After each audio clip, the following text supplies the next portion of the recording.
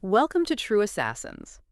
Buckle up for a wild ride through the dark world of murder, hitmen, and assassins. We're diving deep into true crime mysteries that'll leave you craving more. So hit that rate button and follow us. We're serving up addictive cloak and dagger stories you won't want to miss. Today, we're unlocking secrets buried in Orlando Madsbrine's true kill. Get ready for two twisted tales where looks can kill and justice takes a twisted turn. We're talking hidden lives, double identities, and the chilling consequences of choices made in the shadows. First up, we've got identical twins, Ethan and Aiden. For years, these guys, they love switching places, pulling harmless pranks. But things took a dark turn. One brother, Aiden, becomes a hitman, an assassin living a double life.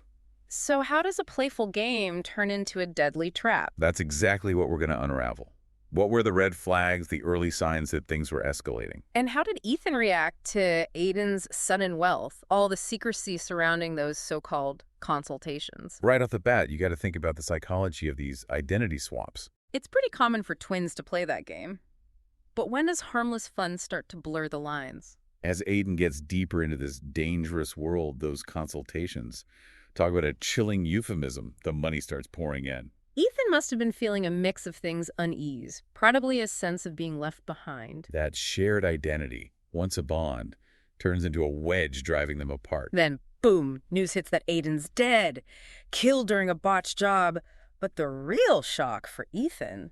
Aiden's clients weren't small-time crooks. We're talking high-profile targets. The stakes suddenly become astronomical. Aiden's death isn't just a tragedy. It completely shatters Ethan's world. That face, the one they shared, once a source of amusement, now puts a target on Ethan's back. He's instantly dragged into a life he never wanted, facing enemies he never knew existed. It's a total nightmare. Ethan's framed for murders he didn't commit, hunted by the police and the people Aiden worked for. His innocent face, the very thing that made their childhood games possible, becomes his downfall. The irony is brutal. It's like something out of Kafka. Being innocent offers no protection. In fact, it might even make him more of a target, someone easy to manipulate or eliminate.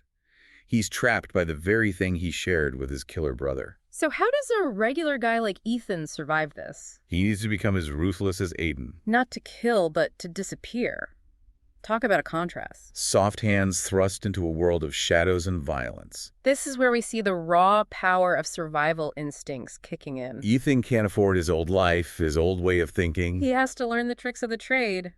Evasion, deception, maybe even cold-hearted calculation. Think about it. He might have to forge documents, create a whole new identity from scratch. The ruthlessness isn't about taking lives, it's about shedding his old self. Becoming someone new, someone hardened, just to stay alive. And he's forced to follow Aiden's trail. Navigating this shadowy network of dangerous contacts. Every step could be his last. Is he getting closer to safety or deeper into the underworld? Every encounter with Aiden's associates is a gamble. A vital clue, or one-way ticket to a dead end. Ethan has to walk this tightrope, never knowing who to trust, if anyone. But survival isn't enough. He also has to convince these ruthless criminals that he can fill Aiden's shoes. He becomes a chameleon, blending into a world where his face is his biggest liability. And Aiden's clients, they're not happy. They see Ethan as a sloppy replacement, a liability. The pressure is immense. He needs to prove he's either capable, which means playing their deadly game,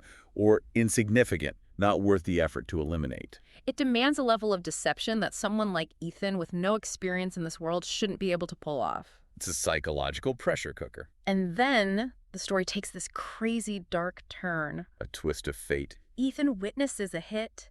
Another assassin gets taken out. And as he's dying, the assassin makes a chilling mistake. He looks at Ethan and says, Aiden. It's the climax of mistaken identity. Tragic and ironic. This death, the fact that he's mistaken for Aiden, gives Ethan a horrifying opportunity. The world thinks Aiden is dead, and now there's another body to prove it. The perfect cover. So Ethan takes this gruesome chance. This double death, this twisted case of mistaken identity. It's his ticket out, a way to leave his brother's ghost behind. Freedom bought in blood. He doesn't clear his name, he erases it. Escaping not through innocence, but by embracing the lie. A dark kind of liberation. Haunting reminder of Aiden's choices and their devastating ripple effects. It makes you think about how much our identity is tied to our appearance. And how easily that can be manipulated, with fatal consequences. Now let's shift gears. From the underworld to a world of hymns and holy rituals. Our second story takes us inside a church choir. Meet Clara, the gifted soloist.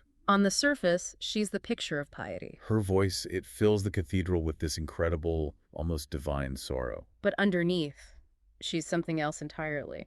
The source material calls her an avenging angel. Talk about a contrast. It's this profound duality. She projects an image of purity and devotion, but underneath there's this burning desire for revenge. The term avenging angel is perfect. It captures this hidden agenda, the darkness lurking beneath her angelic facade. And her motivation is rooted in her own horrific past. A victim of abuse within the church. The source material talks about this monster in the confessional, a predator who escaped justice. This experience changes her. It warps her perception of the world, even her incredible talent. Her voice, once seen as a miracle, becomes her weapon. It's unsettling to think about how trauma can twist someone's gifts, turn something beautiful into a tool for revenge. And the choir, with all their travels, it becomes this perfect cover for her pilgrimage of vengeance. It's chillingly ingenious. Who would ever suspect the angelic soloist of being a killer? It's the ideal camouflage. Constant movement, opportunity, anonymity. She can travel, identify her targets, execute her plans without raising any eyebrows. The image of a church choir on tour, it's all about piety and community. It becomes a shield, deflecting any scrutiny. The book gives us some truly disturbing examples. A bishop dies after taking communion wine.